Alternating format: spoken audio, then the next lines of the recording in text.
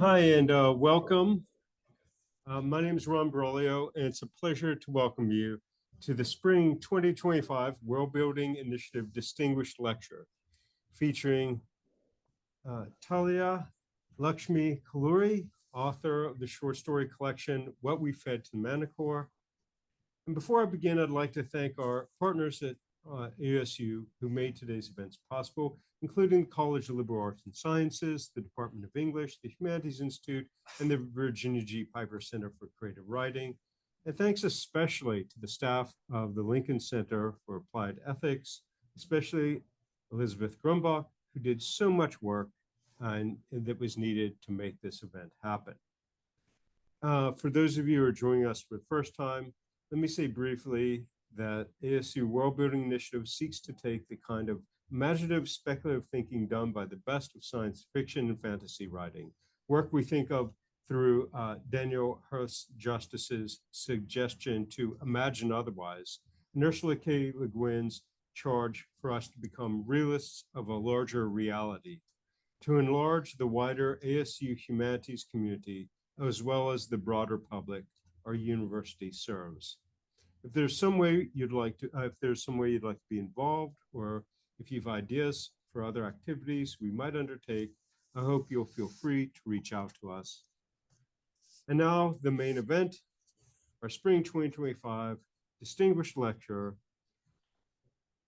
Talia Lakshmi Kolluri is the writer of What We Fed to the Manticore, a finalist for the 2023 Carol Shields Prize for Fiction, the 2023 Northern California Book Award for Fiction, longlisted for the 2023 Andrew MacArthur Medal for Excellence in Fiction, and the 2023 Aspen World Literary Prize. Can you guess what year this came out? And the 2023 Penn Robert Bingham Prize debut short fiction collection, and was selected as the 2023 ALA RUSA Notable Book. Her short fiction has been published in Ecotone, Southern Humanities Review, The Common, One Story, Orion, and elsewhere. A lifelong Californian, she lives in the Central Valley and with her husband and 2 cats. And I'll add at a personal level, as someone who loves animals and writes on the animal revolution as the field marshal of the animal revolution. This book was absolutely dear to my heart. It was so inspiring. The biopolitics were incredibly moving, and I think the best read of the decade in animals for me. So thank you.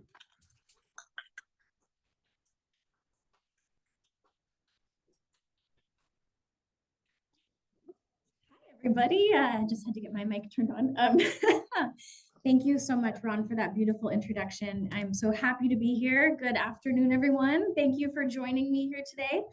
I am super excited to be here as part of the Lincoln Center's World Building Initiative. And I just want to take a moment to thank Matt Bell for inviting me to come here in the first place, and to Ron for joining me in what I'm sure will be a very timely conversation. And also hi to Matt, who I think is watching on Zoom today. And thank you so much to the English department for their gracious hosting. We've had a great day together so far. Before I begin, I just have a couple of things I want to say. If you have flipped through my book, anyone watching here at home, you would be aware that the first story, called The Good Donkey, is actually narrated by a donkey who lives in Gaza City. I wrote this particular story in 2018. And it was inspired by events that occurred in Gaza, actually in 2007 and 2009, which included the destruction of the Gaza Zoo by Israeli airstrikes. And as of today, we are all still watching a live stream genocide of the Palestinian people continue unabated. Excuse me. If literature can do anything during times like these, it is bearing witness. I hope you will read the work of Palestinian writers so that you can hear what they have to say about their history and experience. Whew. I'd also like to highlight some mutual aid organizations in case you're looking for a way to offer direct support. That would be the Samir Project, workshops for Gaza, and the Refat Al-Arir Mobile Library. Also, here at home, the ACLU is doing really important work to assist people who are facing the threat of deportation, and also to protect our right, to free speech, which includes this talk. So please consider supporting them. I'm emotional today. Now I'd like to tell you about my work and my creative practice. So I titled this lecture Into the Animal Body, Wild Narratives for a World on Fire, in part because I wanted to get your attention. It does feel like the world is on fire and that everything is spinning out of control. And perhaps the only way through is to step outside of ourselves and into animal lives so that we can someday return to the order and the comfort that we have become accustomed to, so that we can return our attention to our climate controlled rooms, our tidy and trimmed yards, our clean and sterile spaces, and our predictability. This is an illusion. The possibility of control is an illusion. Our separation from the natural world is an illusion. This world on fire is our world. Our narratives must forever become wild, and our bodies are animal bodies. I wrote this collection of short stories over the course of about 10 years, and partway through that period, I found a book that felt like it was speaking directly to me. That book was The Great Derangement by Amitav Ghosh. So the central thesis of this book is that modern literary fiction, particularly American literary fiction, has had a history of demonstrating a failure of imagination when it comes to the climate crisis. He wrote about how in some cases, the extremities of the climate are treated as uncanny and otherworldly. And because of their uncanniness, they have either been categorized as the type of fiction that cannot possibly reflect our lived experiences and is thus science fiction or some kind of fantasy, or they're left out entirely and rendered invisible in the lives that literary characters lead. And yet the realities of the climate crisis are not otherworldly, are they? They are irrefutably an ever more present part of our world. So Ghosh calls this willful blindness a kind of derangement. And he draws a relationship between it and colonialism and notes that it carries within it the notion that humanity is distinct from nature, that it is somehow above nature, and that nature is here for humanity to tame. And literature that is rooted in this blindness is not very concerned with how the natural world can shape a narrative. So Ghosh has a solution. Amazing. And this is the part that feels like it was actually written specifically for me. One of his many points is that our survival as a species during this time of the climate crisis depends upon our willingness to acknowledge its reality, not just in our scientific practices, not just in our policies, but also in our imaginations and in the worlds we conjure into being with our art. And he actually closes the book with this sentence, which I love. And he says, "I would like to believe that out of this struggle will be born a generation that will be able to look upon the world with clearer eyes than those that preceded it. That they will be able to transcend the isolation in which humanity was entrapped in the time of its derangement, that they will rediscover their kinship with other beings, and that this vision, at once new and ancient, will find expression in a transformed and renewed art and literature." I read this and I immediately felt like I could live this mission. I do this, this is what I do, and I'm so glad that a writer like Amitav Ghosh thinks it's a good idea, because I think as writers, we all need a little validation, right? Okay, so this is the creative mission that I always hold in my mind when I am writing, which is write like an animal, as though my life depends upon it, because it does. But what does that look like? What does it mean to write from a non-human perspective in a way that decenters humanity?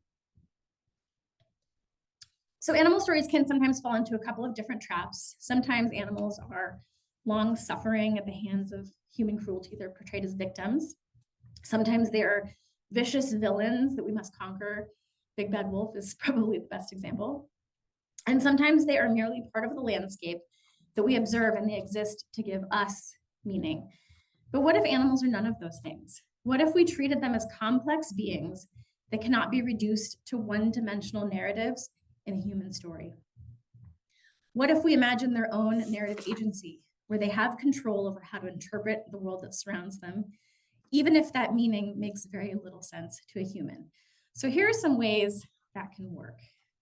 First is making sense of a transformed world. How many people have seen a picture like this of this polar bear? I'm seeing some nodding heads. And how about a picture like this one? Yeah. I've seen a lot of pictures like this over the years. And for a very long time, I wanted to write a story about bears like this, but I really struggled to find my way in. To me, there was something about loneliness, in particular, the loneliness that's felt by an endangered animal, that I really was struggling to put into words. And I didn't know how to explain what it might mean to be a bear whose survival is tied to a world that is disappearing. And I found my entry point actually when I saw a completely unrelated piece of art. This is one of my favorite paintings. This is called Inception. It's by an artist named Robert Bissell. And when I saw this painting, my own imagination just kind of whispered to me. And I heard the first lines of a story that I wanted to write. And I ended up using the line. And what I did is I told a creation story that belonged to the bears. And I imagined a world where a creation story places the bear at the center and gives him power over his own existence. And then I also took some inspiration from some of my own research that revealed something to me that felt otherworldly, but is in fact part of a very real world that we have left behind. So this is a quote from the Flemish cartographer Abraham Ortelius. And I don't know how well you can see this map, but it has a lot of really cool little polar bear illustrations. They're cavorting on the ice. And his quote says, "Huge and marvelous great heaps of ice brought hither with the tide from the frozen sea, making a great and terrible noise, some pieces of which oft times are 40 cubits big. Upon these in some places, white bears do fit closely." And I thought, that's awesome. I want white bears to fit closely upon the ice. And so I took those images and I took that first line and I wrote a story called "The Dog Star is the Brightest Star in the Sky." And I'm going to read you the beginning of that story. And this is one that deals with a mythology.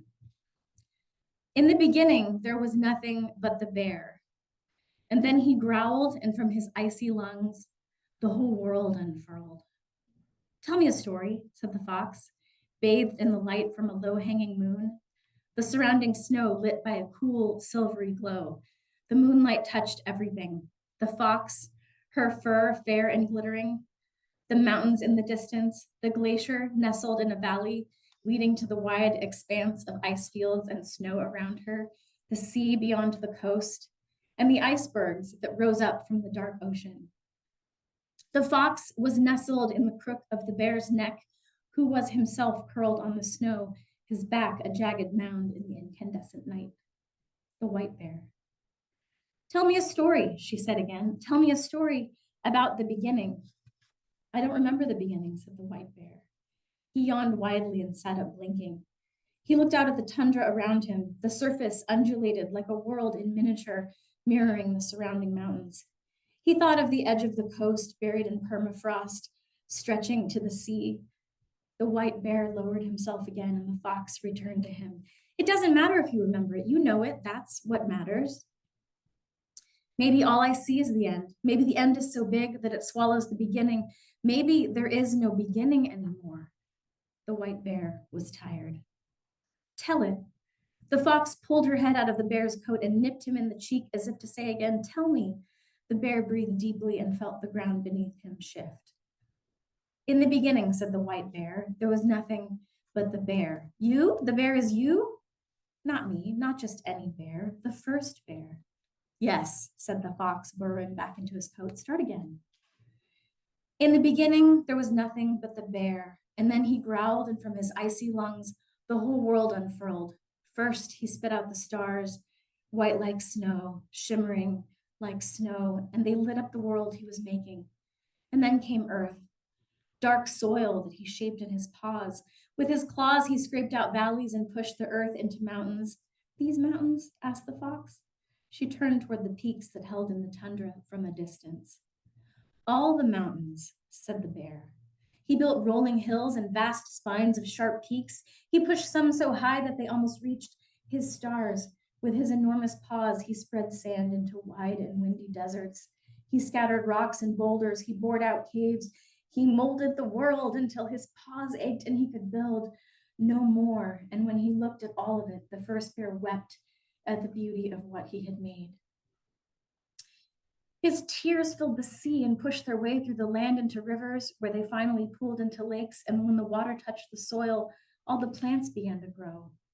The bear growled louder and louder, calling forth all the animals from deep inside himself, until all the water and all the land in the whole wide world was filled with life. Birds flew out of his mouth, insects buzzed from his ears, every living thing came from the bear, and then he brought forth the very last thing. What was the last thing? The fox's voice was muffled because her snout was buried in the white bear's fur, but he knew what she was asking. She asked the same question every time. You know what the last thing is, said the white bear. He thought suddenly of the icebergs he would see on the next day's hunt, how the ice turned blue at its curves. He thought of the floes that he would ride across the water. I want to hear you tell it. The very last thing brought forth by the very first bear was a fox. Tell why it was a fox. Because the first bear needed a guide through the new world he made. He needed someone to see it with, someone nimble who would watch out for him. He needed a friend. The fox leapt out from the bear's neck, spun in a circle, and curled up once more. He needed a friend. The white bear tucked his head around the warmth of the fox's body and closed his eyes against the night. And he dreamed, as he always did, of the world as it was now, the world as it was before he was born. And in the moments right before waking, he dreamed of the first bear. So that is how a mythology can be written from a bear's perspective. I don't claim to be an expert on bears and what they think about things, but that is kind of where my imagination took me. The next technique is another umwelt. Does anybody here love whales? Any whale fans? I'm seeing some yeses. I love them a lot. They're very unconjurable to me in a way, and I find them really strange and kind of otherworldly. And I actually don't know if I'd be able to imagine a whale if I didn't already know that they exist. They have these really long lifespans and they're very intelligent. They also experience the world. Here's a whale. So weird. I love them. They experience the world very differently than us. And in Ed Young's incredible book, An Immense World, anyone read An Immense World? Read excerpts? I'm seeing some hands. Great. He introduces the concept of an umwelt. Ron knows this. His shirt is all about it. Who knows what an umwelt is? See some hands raised. So it's for anyone listening, it's the perceptual world of a living thing. And it's what they can sense and experience in their surroundings. And so for a human, the umwelt would include things like touch, smell, taste, spatial awareness, sounds, sights, temperature, senses like this that a human can use to take in the world. Every kind of living creature has sense perceptions, and they vary among the species. So the world they each take in is a little bit different from ours. And in the case of whales, their hearing is much more perceptive than their sight. And in a lot of ways, you could say that they basically live in a soundscape, which is so cool.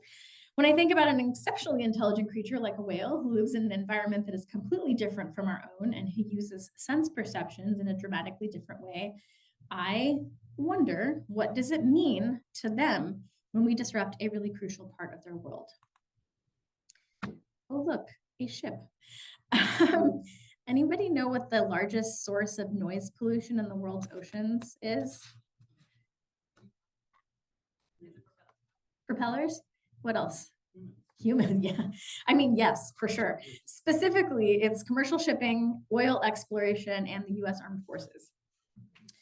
So to give you lots of stuff, there's actually a really interesting book, if anyone else is interested in whale books, called War of the Whales, and it talks about the effect of military sonar on toothed whales, which include dolphins, but also include minke whales and some other kinds. It's a really powerful book.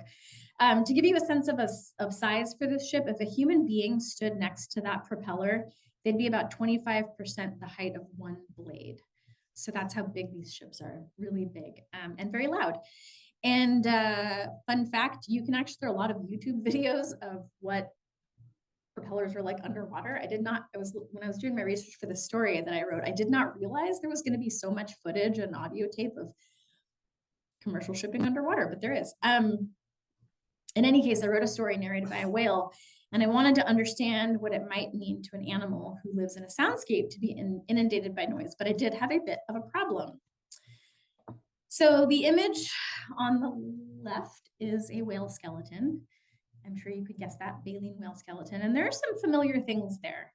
There's a spine, there's a rib cage, there are phalanges, fingers. Pretty familiar. But the next image sitting next to it is a whale ear. That is not familiar at all. Looks absolutely nothing like our ears and is not comparable. I cannot make a human parallel between my ear and that whale ear. So not only do they live in a soundscape underwater, but sound behaves differently for them underwater than it does for us. It's a lot more precise, for one thing. Their skulls reverberate differently. They get a lot more information from sound. And I really had to make an imaginative leap to get myself into a whale body. And I had to I used some creative techniques. Does anybody have an idea of what I might have done? Anybody want to throw out some suggestions? Yes, in the back. I did listen to whale songs. Yes. Any other ideas? Yeah. Anyone else? Sensory. Oh, I've never tried one, but I want to. Okay, so I played a little bit of make-believe. I got in the pool and I swam around pretending to be a whale. Does anybody do that? I hear laughter. This is good. Anybody act out their stories? Okay, I highly recommend it. Highly, highly recommend it. So I swam around in my pool pretending to be a whale, and I also made my spouse get in the pool with me and talk to me underwater. What I wanted to do is I wanted to have an experiential parallel with using my body the way that a whale might use their body. They don't swim the way people do. Their torso is more important than other things. They don't have hands. They don't kick with their feet. So I tried to mimic the movements to the best of my ability to see if I could invoke the feeling in my own imagination. And I wanted to hear what it was like for my human ear to have sound underwater. And so it worked a little bit. I mean, it was useful in its own way. And I think that sometimes those creative adventures can help dislodge any writer's block when you're trying to imagine yourself into another experience. But I did write a story narrated by a whale, and the story that resulted is called "The Open Ocean is an Endless Desert." So I'm going to read an excerpt of that right now. And it's, surprise, narrated by a whale. In all the sea, there is none more beautiful than my beloved.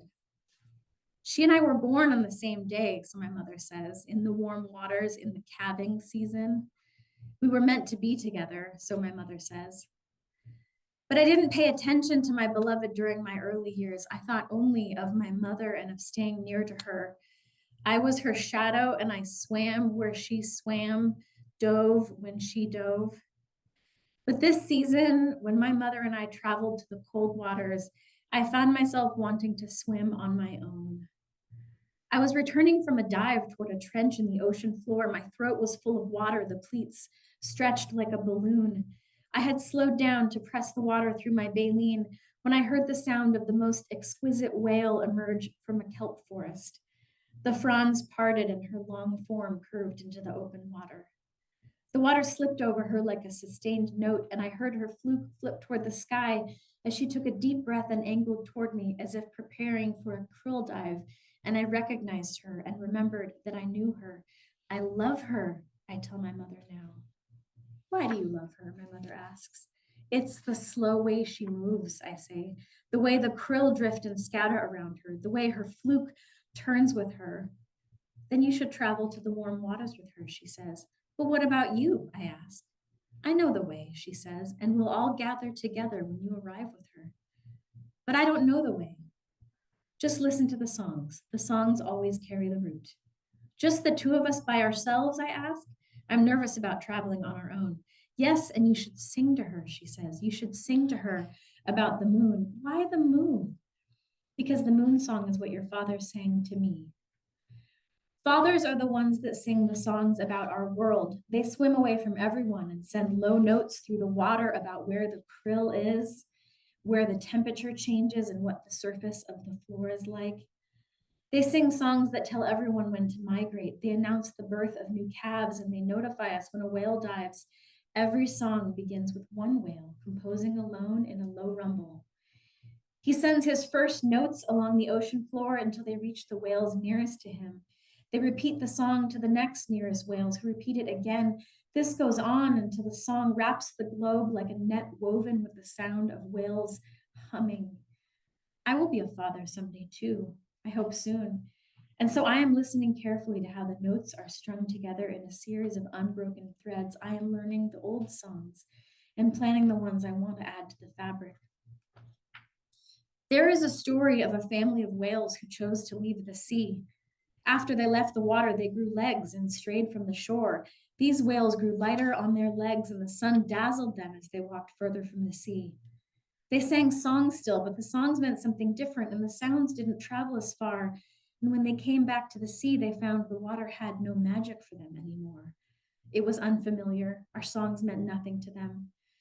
The surf crushed them, and the cold rushed straight to their bones and sent them rushing and splashing back across the sand, screaming with glee and terror they didn't belong with us. Now, every once in a while, others will try to follow them. They range into shallow water and let the waves wash them aground. They lie there waiting for legs that never arrive. Their skin becomes parched and their bodies collapse under the weight of the sky. They cannot be out of the ocean, but many of them are unable to return to the sea.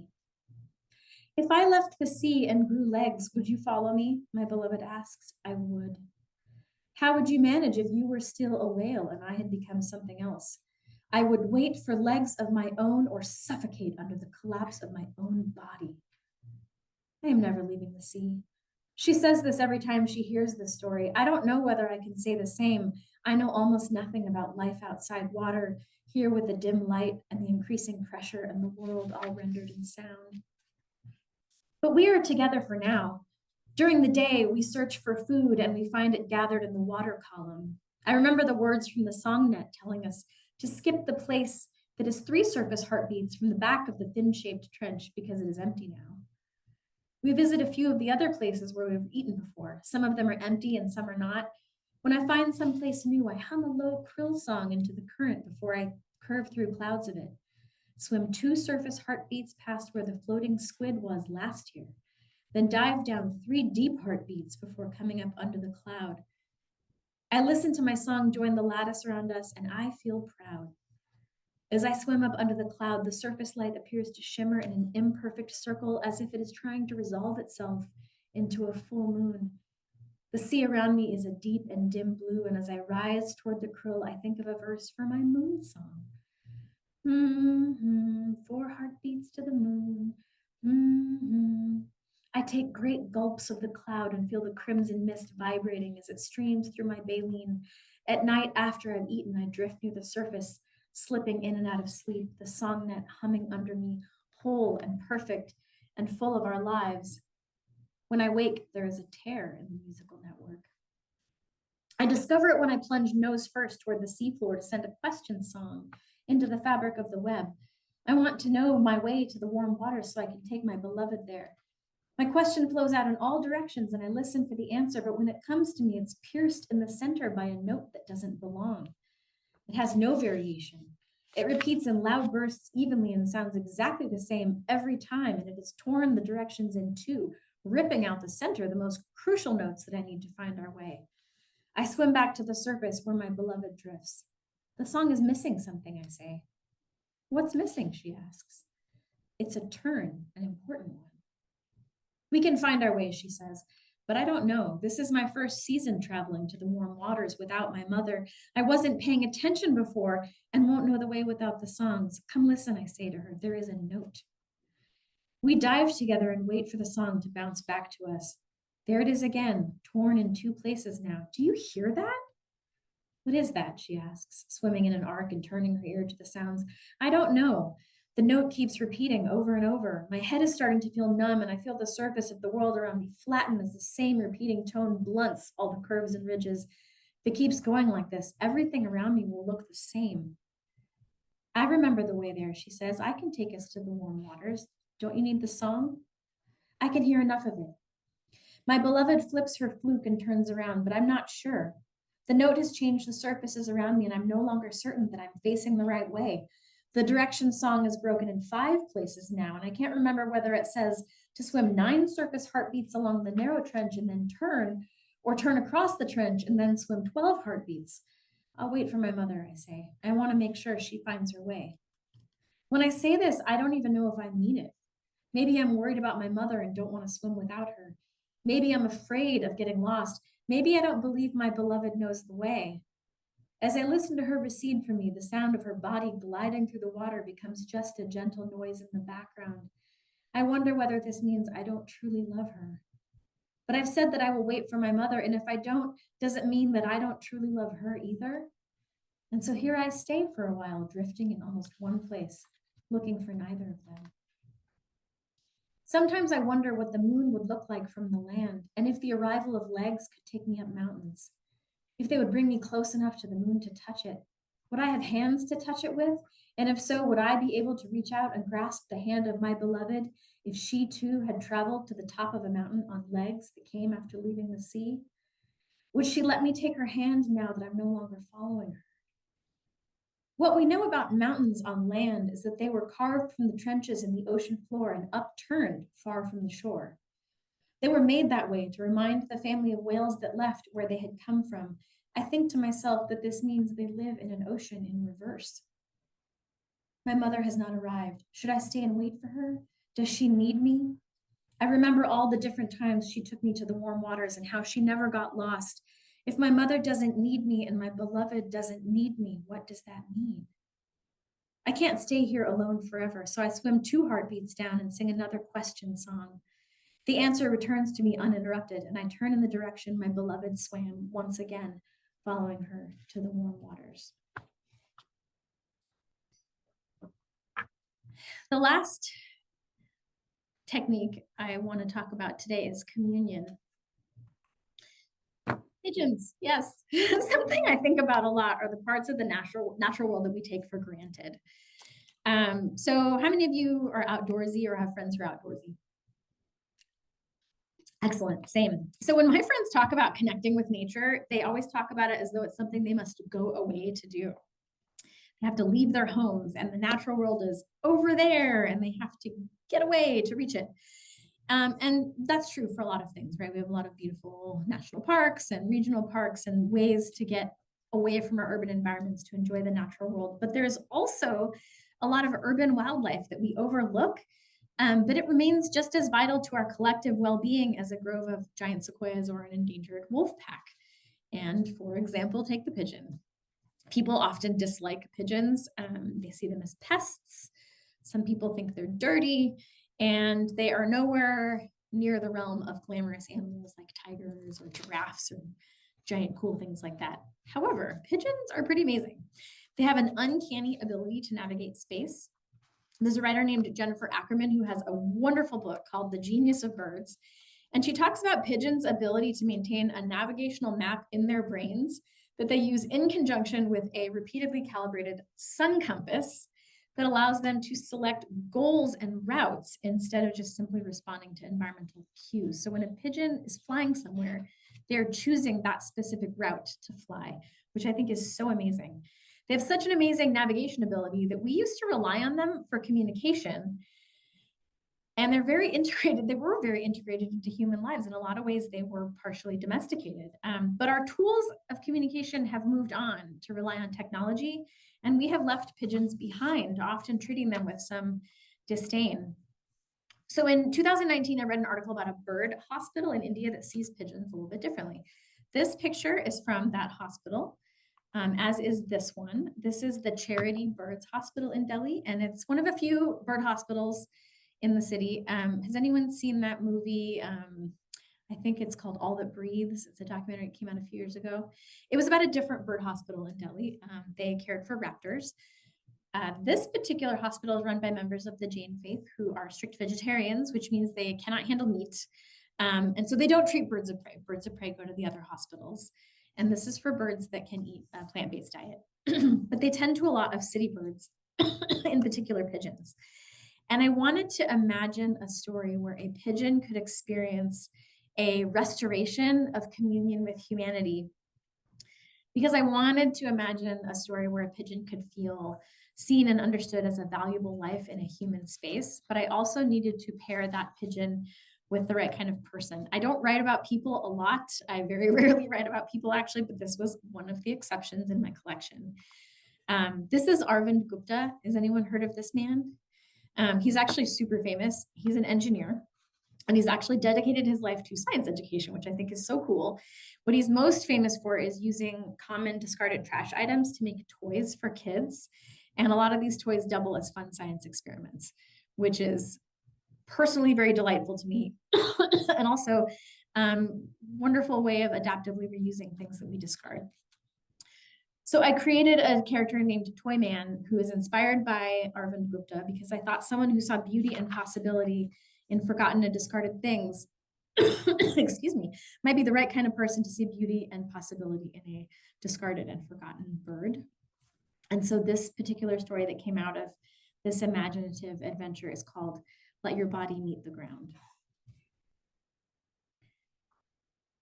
This is the last story I'm going to read, so if you want to close your eyes and imagine the scenery, you're welcome to do that. The way it was before, after night rest, on the edge of the roof of the tea stall, the sun would flood the sky with colors, and I would begin to calibrate my sun compass. Excuse me. As the dawn light brightened into day, it would filter down into the streets and alleys of the market in Chandani Chowk, like ink spreading in water. And from my home roost at the tea stall, lines would run out over the city, showing me all the places I could fly to. I would take to the air and fly over and around old and New Delhi, watching the lines change color to show me where I was going. Orange for my home roost, pink for the roosts of my friends, yellow for the cricket stadium where we would go to gather discarded food from crowds, green to the water fountain, blue to the metro stations, violet leading to the forest on the other side of the river. Among all the tangled threads of my homing lines sat a tall red building with a courtyard right next to the Lal Mandir. It is the Charity Birds Hospital. It had been a place I'd only skimmed over when I flew around the city. My homing lines never led me to stop there, and instead flowed over and around the edges of the modest, dusty red towers and the crimson rectangular building with a cage on top that rose up over a courtyard next door. The lines were usually muted, the color of charcoal or ash, and I never stopped there. I never stopped there until I had no choice but to be there. It was where I met Toy Man. Did you know that during the kite festival, some kite flyers coat their threads in glass? Did you know that when the kite is high, the threads can sometimes curve and bend with the grace of a flowing river? Did you know that when the glass catches the light, the thread can glow like homing lines? I did not know these things until I had no choice but to know these things. What I mean to say is that during the kite festival, I followed a silver pink line that ascended in a soaring crescent, and at its apex was a demon with enormous fierce eyes, wings spread to fill the whole sky, and a mouth open to devour me. I froze, unable to propel myself anymore with my wings, and I tumbled backward into the thread, which was not a homing line at all, but was a burning knife that swiftly passed my feathers to lay its malleable blade on my skin. I fell, and as I tumbled down, the thread bent itself around my wing, burning deeper still. I tried to fly away, and it gripped me like a snake, coiling around me. I looked up and saw that I was pulling the demon down with me. The demon's wings collapsed as the loft of air gave way, and we began a rapid descent together. I felt helpless, powerless as the sky spun around me, unfamiliar and disorienting. At some point in our fall, the demon overtook me, and it landed in the branches of a bush first, and then I came after, the plant and the demon keeping my body from the ground. I thought at first the demon would take me away forever, and so I kept my eyes closed, waiting for the pain in my wing to expand or subside and for whatever was next to come, but nothing happened. I opened my eyes and I realized I wasn't in the embrace of a demon after all. It was the paper and frame of a kite. I looked around and couldn't see any birds I recognized near me. People rushed by on the street, brushing past the bush as though I wasn't there. I turned my head back and forth, trying to catch the attention of someone, anyone, but I was alone. My wing was bound by the glass string and felt as if it was in flames. I looked up and opened my mouth to try to call out, but no sound would come. I saw the homing lines far above me glowing and lighting the way to all the places I could call home, and I couldn't rise to meet any of them. Do you know what a bird is without any guidelines? A bird like that is lost to the world. A bird like that will die in the place she has landed. These are the kinds of thoughts I had as I sat in the crumpled kite in the bush, unable to fly, bound to the earth with a burning thread, and closed my eyes to the sky. When I opened them, I was in a new place. I felt as if I had newly emerged from the egg again and had joined a new world. I was cradled in a pair of warm hands with my feet facing the ceiling. A woman's face loomed over me, and a curtain of dark hair hung around both of us, obscuring our surroundings. "Hello, little Kabuther," said the face. "I'm Dr. Shaw." It was a strange feeling being upside down in this way, but I didn't feel unstable the way I had in the sky. "Your wing is injured," she said, and she took a strip of white material and wrapped it around my wing and my body. "The kite festival was exciting, wasn't it?" She kept rapping. I wanted to tell her that it hadn't been exciting at all. I wanted to tell her about my homing lines and the glass string and how I felt I had become lost to a demon, but I didn't have any words that she could understand, so I just looked at her in this new place I was in. She had righted me and set me down on a piece of cloth on a counter inside a building and walked to the other side of the room. The counter was metal and cool on my feet when I stepped off the fabric. I stood in the light coming through a window. Beyond the window, I saw a long row of cages lining a wall that was painted the color of a kingfisher's wings. I heard the gentle cooing of other pigeons and the twittering of other kinds of birds. I could smell feathers of all kinds. A sound pierced the room, and I heard Dr. Shaw's voice right after it stopped. "Hello, Charity Birds Hospital. Kya? This is Dr. Shaw. Huh? You can bring it in. That's fine. Okay, see you." Charity Birds Hospital. I was inside. I was wounded. The others here must be wounded too.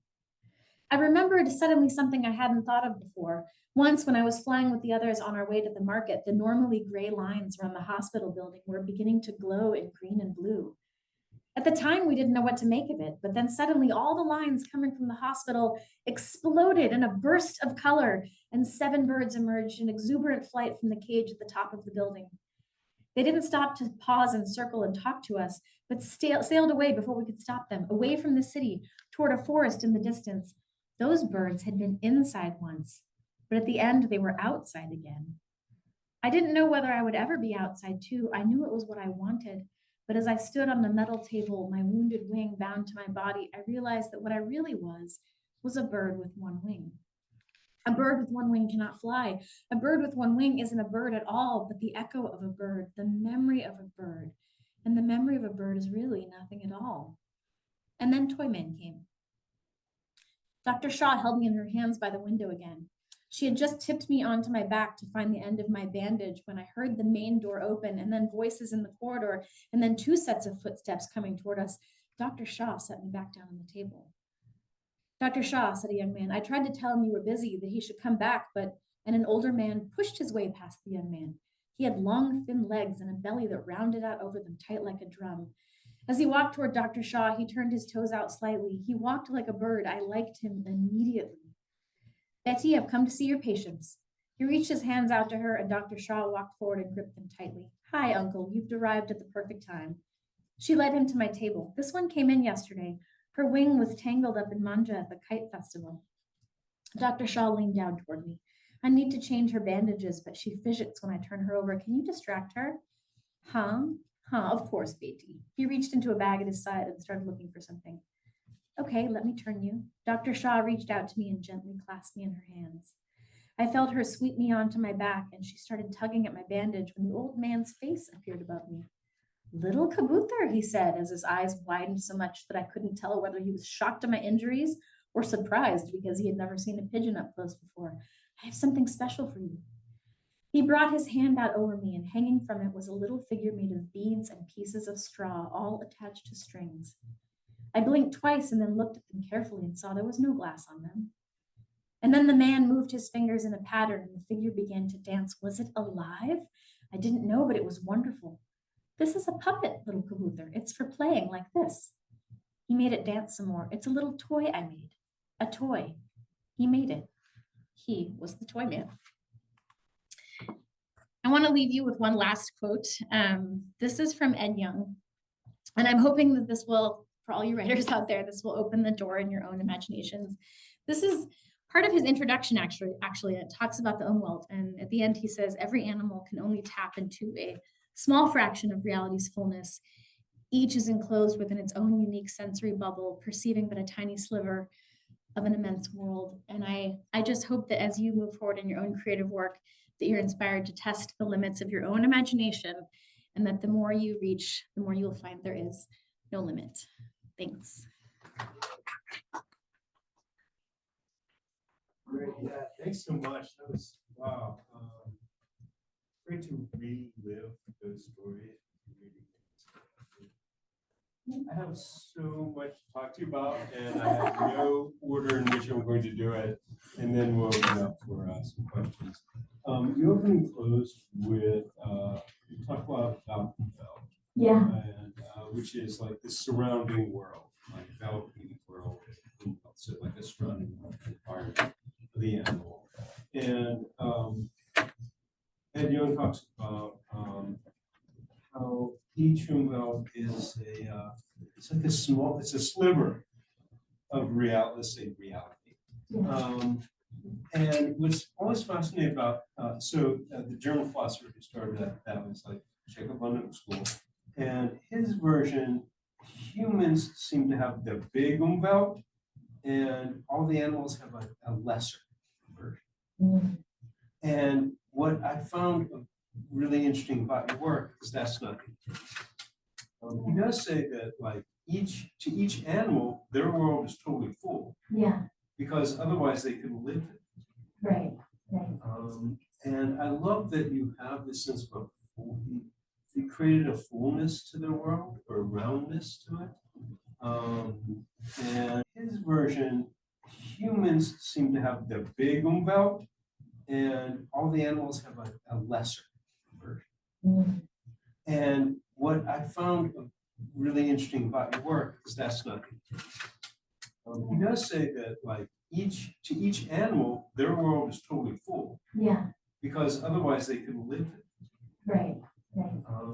And I love that you have this sense of you created a fullness to their world, or a roundness to it.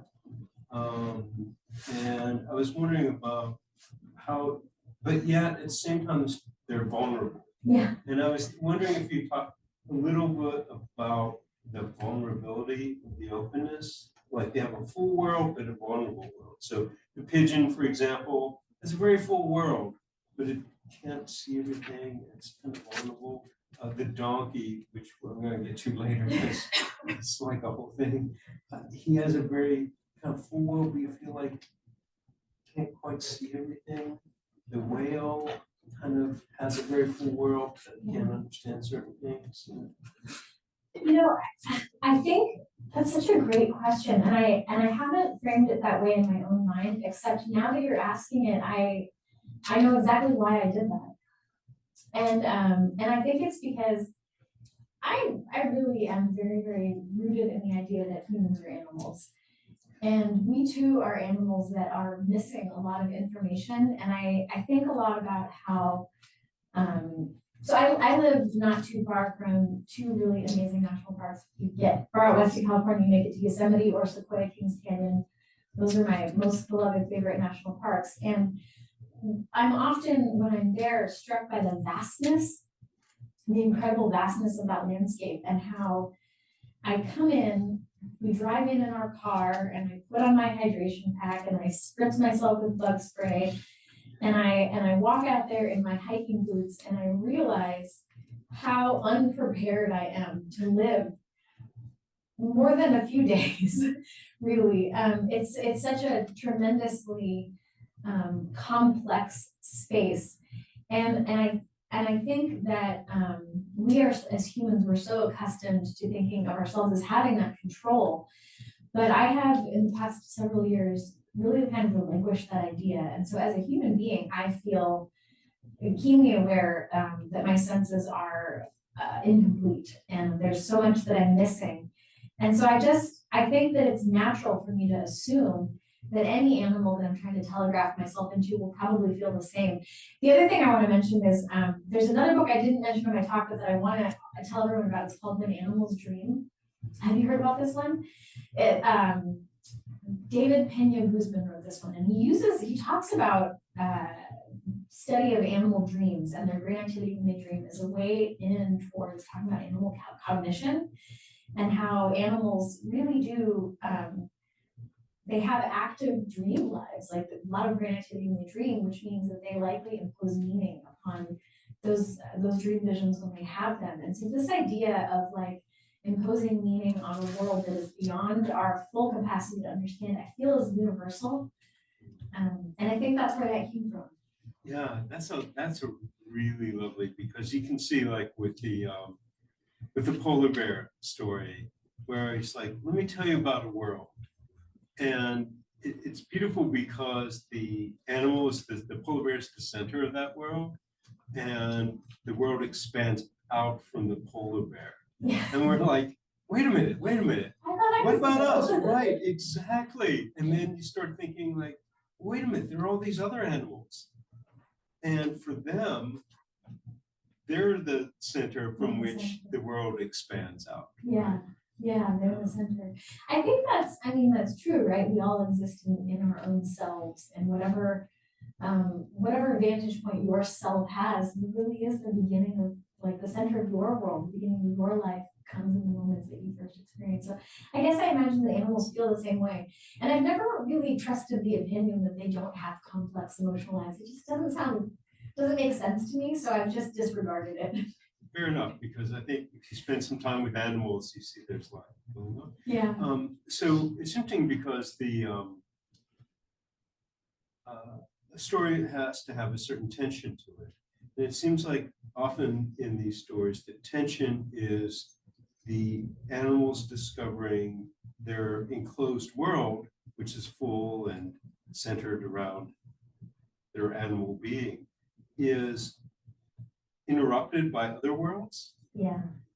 And so then they have to relate to something bigger than themselves. Yeah. Frankly, I feel like this most days. So I was wondering if maybe you could talk about that as a device for both creating attention and opening up a story. Yeah, I thought about that a lot in terms of the concept of agency. Like I always think about how we have, I think about this a lot still, and it was really on my mind when I was writing this collection, was the idea that our species does a lot of landscape shaping, a lot of world shaping.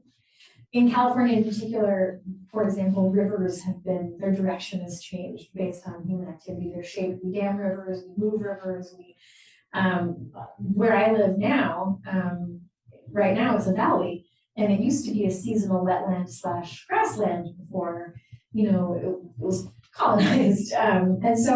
And dams were put in to stop the flow of rivers. And so we really have reshaped as a species our landscapes. We do that worldwide. We fill in coastlines, we raise mountains, we do all kinds of things to reshape the world. And I think that while a lot of animals do their own reshaping, none of it is as dramatic as ours.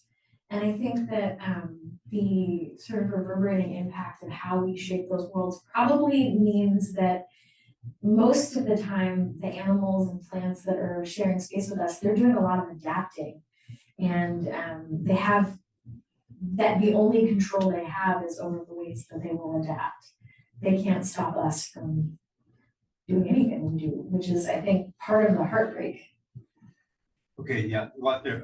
It reminds me of, we often call pests animals. They're in the wrong place as we're defining the place they should be. Yeah. If they're not in the place we want them, then they're interrupting our worlding. Yeah. And we need to get them out of the way in some way. Yeah. But instead of like listening, this idea of listening or adapting. Yeah. Making space. I think one of the ways that we're seeing people change a little bit about that are the animal transit corridors. I think that'd be so cool to see more of those. more transit corridors, really. But I think that that's part of it, is not recognizing that they have their own spaces that they've been historically traversing, and maybe we're in the way. Yeah. Okay. So the one place that I feel like there is interruption, well, there are some certain places there are interruptions in our world, and it certainly also happens in the animal world here, and that is climate change. Yeah. And you mentioned the Great Derangement at the beginning, which was this provocation of, well, why aren't we talking about climate in stories? And climate runs throughout your stories, but it's never, it's rarely a main character. It's in a background, as it is for us, Yeah. but impinges in a way that it creates a certain activity and tension. Yeah. I was wondering if you can talk about that. Certainly what we fed to the Manticore is an example of that, but others as well. Yeah, I did that on purpose. I didn't want to address it directly because I was really trying to imagine how would animals articulate the world around them, and what would they do with the language that they had and with the information that they had. And I just sort of assumed that they, and this is an assumption because I didn't ask, but I just sort of assumed that they don't have necessarily like a depth of time tracking over how the climate has evolved, but that it would be noticeable to them when things have changed dramatically, and they would need to find a way to explain it. The title story, I did very deliberately want a mythical beast to be the cyclone, because I didn't know how else. Well, I was looking for a way for tigers to try to articulate something that was uncanny to them. So when something is dramatically different than their historical experience and what they might have in their own tiger mythology, how do they explain it to themselves? And I think, at least I hope, that wild creatures are probably not going to be as willfully blind as humans are, because they can't separate themselves in the same way that we can from our environment. Right. Why tigers in that? Well, tigers are awesome. Yeah, they are. Part of it was I just really wanted to write about tigers. But then the other fun thing about tigers that I want to mention, why I was so interested in writing about them, is I feel like that our ability to understand them is very limited by our observation of them, and our observation of them is tigers as affected by humans. So I ran into some research as I was digging through. There was this colonial Englishman who was describing the cinderbunds, and I think he described it as having an infestation of tigers, and he wasn't like clear about what that infestation was. But when in my imagination I heard infestation, I was just like so delighted. I was like, how many tigers is that? Is it like 1,000? And what does that mean? What do they do? And I started to also think about how our perception of them as solitary territorial animals is that, are they that way because we have decimated their population and taken so much of their territory? Would they be more, social without our influence? So I think what I was also kind of interested in with that story is there is no such thing as an observed tiger with no human influence, because they're living in a space that we've impacted severely. So what would it be if I imagined a different kind of tiger community? Yeah. Plus, tigers they're so magnetic. Yeah. And what was really powerful is you have this powerful being, the tiger, and then you have something larger than that. It's a force larger than that. Yeah. So it's that. There's another theme that runs. So climate change is a theme that shows up. Another one, though, is they're kind of tied in different ways: motherhood and tradition. So tradition, you read the polar bear story, where telling this tale, but there's also the vulture story, where these are the ways of the vultures, as it has been in the beginning and will be at the end. And so there's a sense of carrying on a tradition. And motherhood, the rhino story, which is so incredibly moving. There's a beautiful mother rhino and a baby rhino. So I was wondering if we could talk a little bit about how motherhood or tradition, either of the both, kind of play out in the stories. Yeah,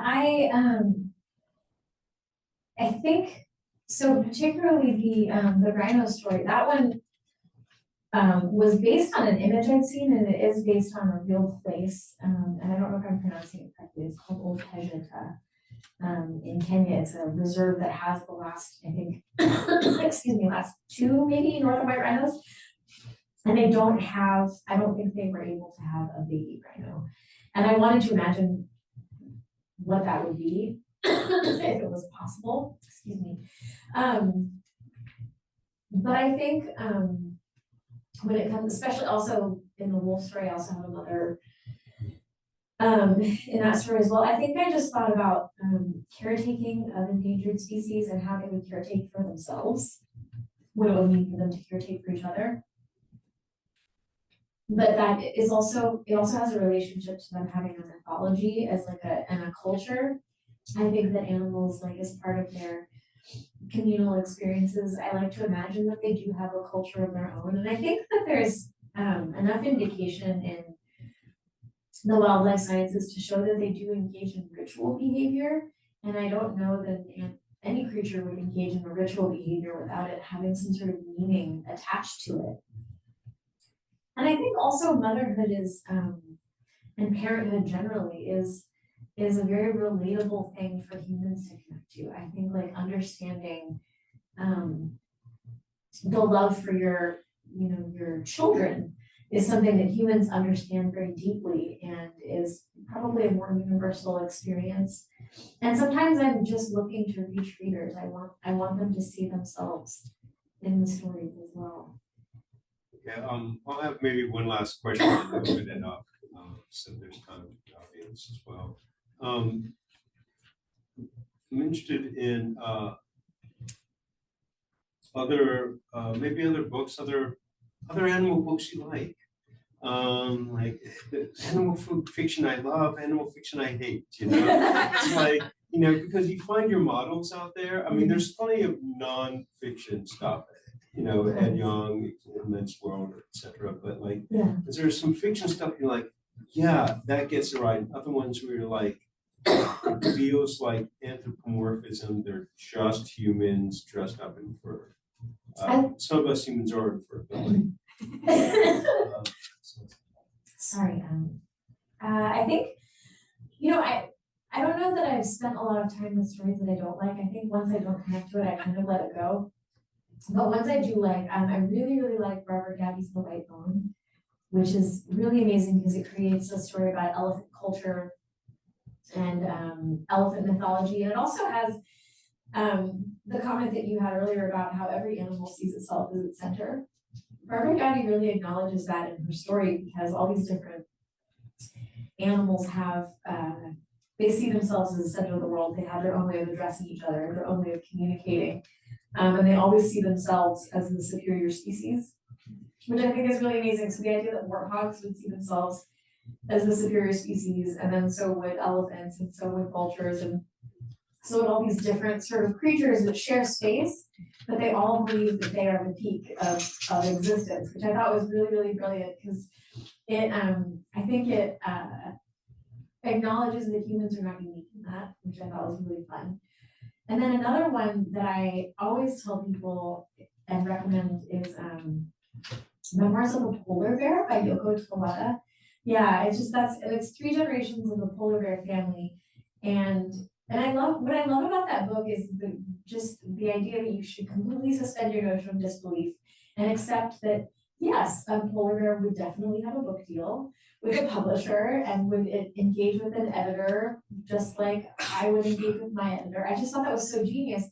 But it closes with this real embodied section with like the last generation of polar, and yeah, I love that book so much. It's one of my favorites. And then Watership Down, actually, I really love Watership Down. And there's a graphic novel version that I just heard. So yeah, I should one of my favorites. So I we could keep going on, but I do want to open up to the audience so folks have questions.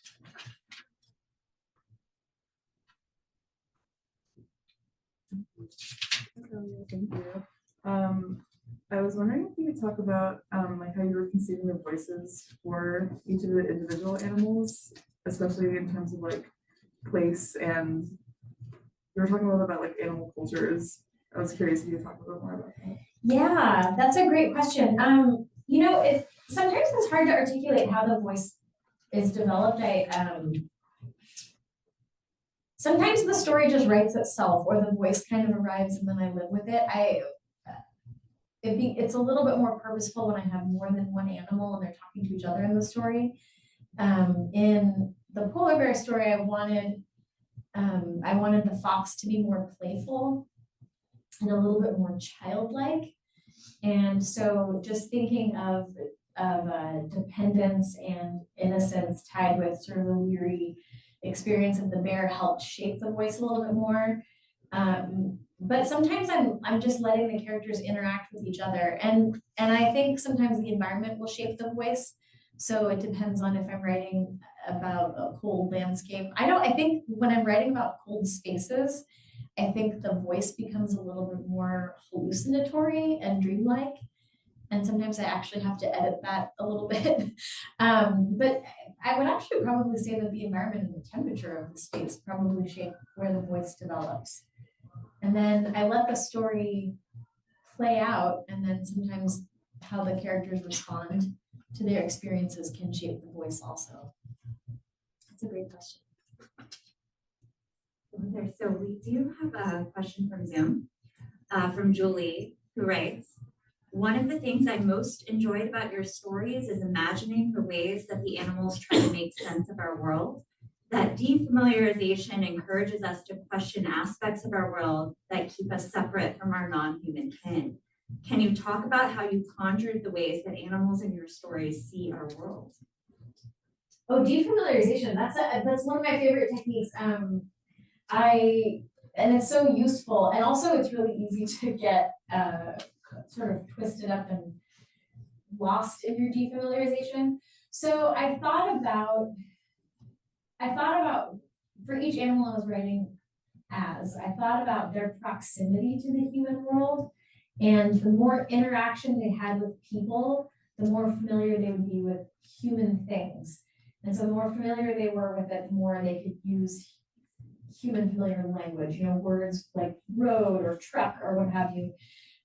So for example, the pigeon is very integrated in the human world. And so she understands all kinds of things like, you know, door and cage and all these, she has all of these exposure words that she can use.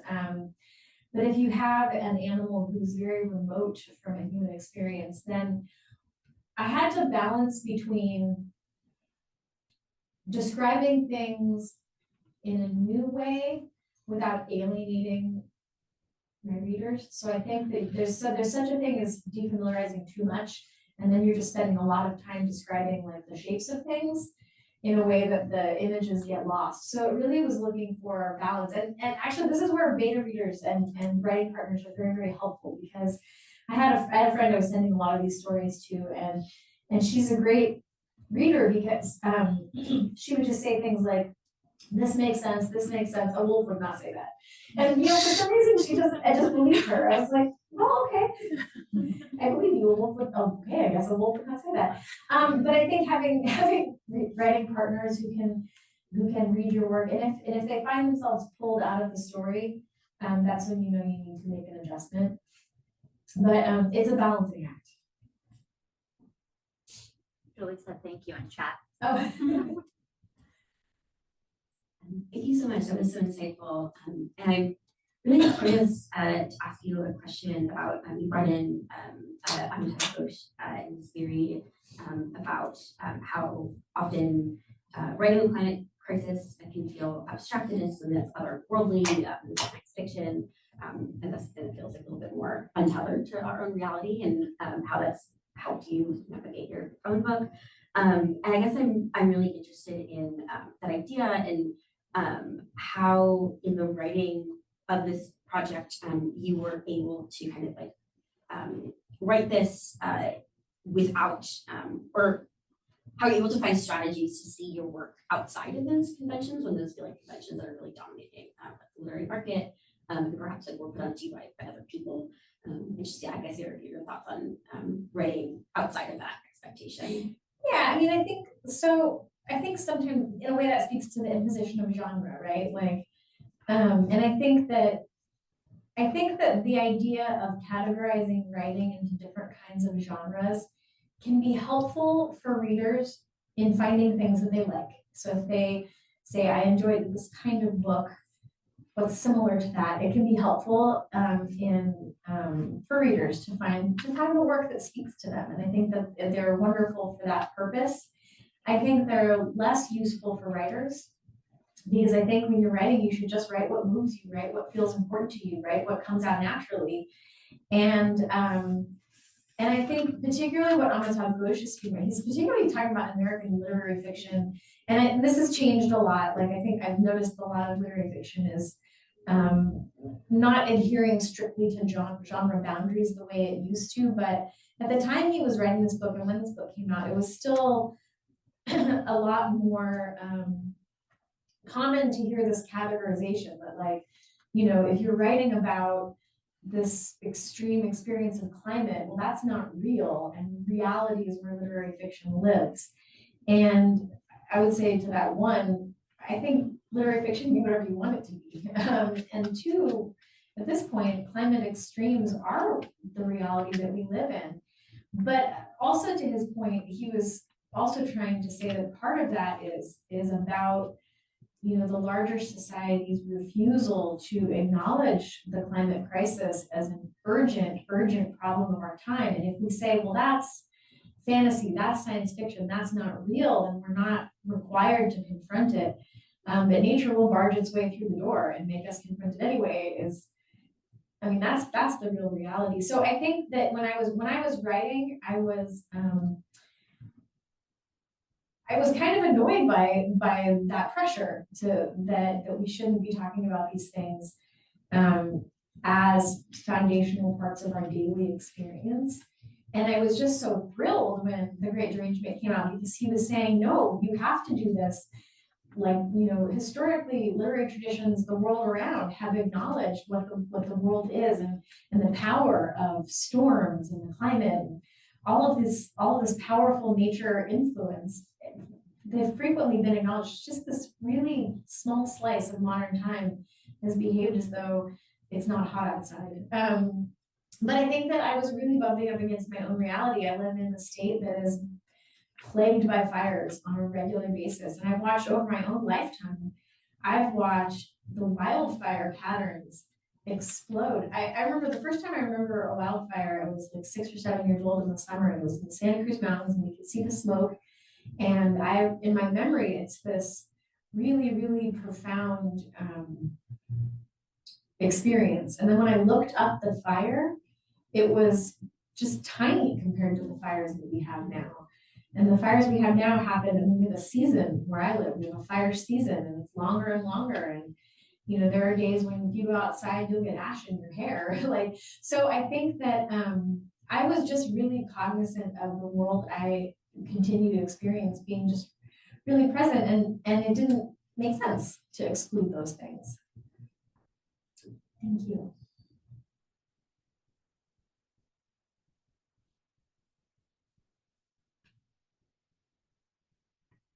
Yeah, thanks so much for this. This has been wonderful. I'm curious, I think you mentioned that the book came together over about a 10-year period. And I'm just really curious if you could talk a little bit about your research process during that time, and also how the stories or the way you thought about them changed, especially as, you know, I'm sure your perceptions changed, and also just the scientific understanding of animal behavior and perception changed over that time. Yeah, that's a great question. So my research, so I'm a slow writer. I write really slowly.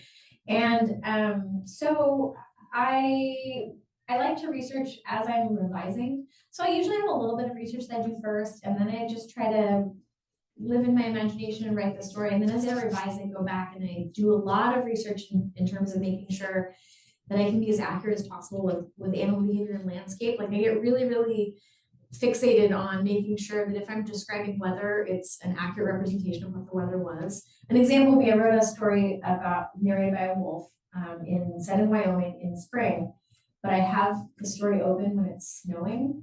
And so I was like, I need to know, is that possible for it to be snowing in spring in Wyoming? It is, it turns out it is. So I was so relieved. But I do things like that. I want to make sure that the weather is accurate, the animal behavior is accurate. That was important to me because I think if you're asking readers to believe that an animal can write a story and write it in English, then I should give you some reality to live in the story. So yeah, a lot of documentaries, a lot of science writing for non-scientists. So Ed Young is a person whose work I read a lot. There's a couple Jim and Jamie Dutcher, who do a lot of work with gray wolves. So I read their books and I watched their documentaries. Jim Brandenburg has a beautiful documentary about wolves. I read a lot of sort of layperson scholarship or scholarship for lay people about animals. And I think that was a pretty consistent process throughout the whole time. And also, I don't know what this says about me, but my perception of animal cognition did not change from the beginning of the collection until now. I feel a little bit like the scientific community caught up with my imagination to a certain extent. Anytime someone said like, you should not anthropomorphize animals and this is not believable and they don't have feelings like this, I just thought to myself, liar. They do have feelings. I don't believe you. I have pets, so I just really believed that anyone who says animals don't have complex emotional lives, I just believe they're wrong. You can't convince me otherwise. I'm so delighted that the science is open to that now. And so, yeah, I think my perception about animal cognition did not change, but now I have books I can point to and say, haha, we do have feelings. So we do have one more question from Zoom. I love the way that you played with time and exploded linear narrative in the story with the wolf. It was so affecting. Did that evolve in the process of writing, or did you start that one with the intention to fracture time? Oh, that's a good question. And I have a confession. I wrote that story after I saw this movie called The Edge of Tomorrow. Has anyone seen that movie with Tom Cruise and he's in the time loop? Such a good movie. I wanted to write a story about a wolf, and I also saw that movie around the same time, and I thought, wow, I wonder if that wolf could live in a time loop. I used the time loop from the very beginning because I wanted to examine a wolf comprehending a hunting environment when it wouldn't have been introduced to her in a way that was understandable. So I wanted to examine comprehension growing, and I saw that movie Edge of Tomorrow, and I thought, time loops are amazing. Groundhog Day is another example of a time loop, and then it's used a lot in like movies and TV, which is visually, I think, very, very arresting and useful. And I thought it would be fun to use it in a story. So yeah, I began with the time loop. Absolutely. I'm glad it was effective. And then one more question from Zoom from Brandon. How do you balance the animal's limited worldviews with being accessible to human readers? Also, how do you write animal narrators without becoming paralyzed by the details? Well, I do get paralyzed by the details sometimes. And I think it really comes down to comprehensibility. And I think maybe the reminder I would give to every writer is that creative writing, to me, is an extension of make-believe, like playing a game of make-believe as a child, which I did a lot of. make-believe. I don't know if you spend a lot of time in your imagination, but I use make-believe as a entertainment for my entire childhood, and I think this is a continuation of it. So I think details are useful for grounding the story, and the rest of the time, once you create the rules of the universe that you're writing within, the rest of the time is play. So I think that's how I navigate that. Thank you. We have time for one more question. But maybe perhaps the last question will go to Ron. So I feel like every time you write a book, you learn something new about the craft of writing, and you build out, as Matt, we miss you here. As Matt has always told me, you build out your toolkit. Yeah. So what do you feel like in terms of craft you might learn from developing up these stories? Oh my gosh, that's such a that's such a good question. I think probably my research skills were, well, I learned how I best conduct my research and also when to stop. That's probably the hardest lesson for me, was learning when to stop researching and actually do the writing, which is, I'm not sure how much of a craft question that, like, task that is so much as a discipline skill. I think that was probably the most useful thing, was learning when to let go of the facts and just live in the story and let the story be what it is. Right. Well, I hope all of you will have a chance to live in these stories. You'll cry, you'll laugh, you'll love animals, and please join me in thanking Talia for coming.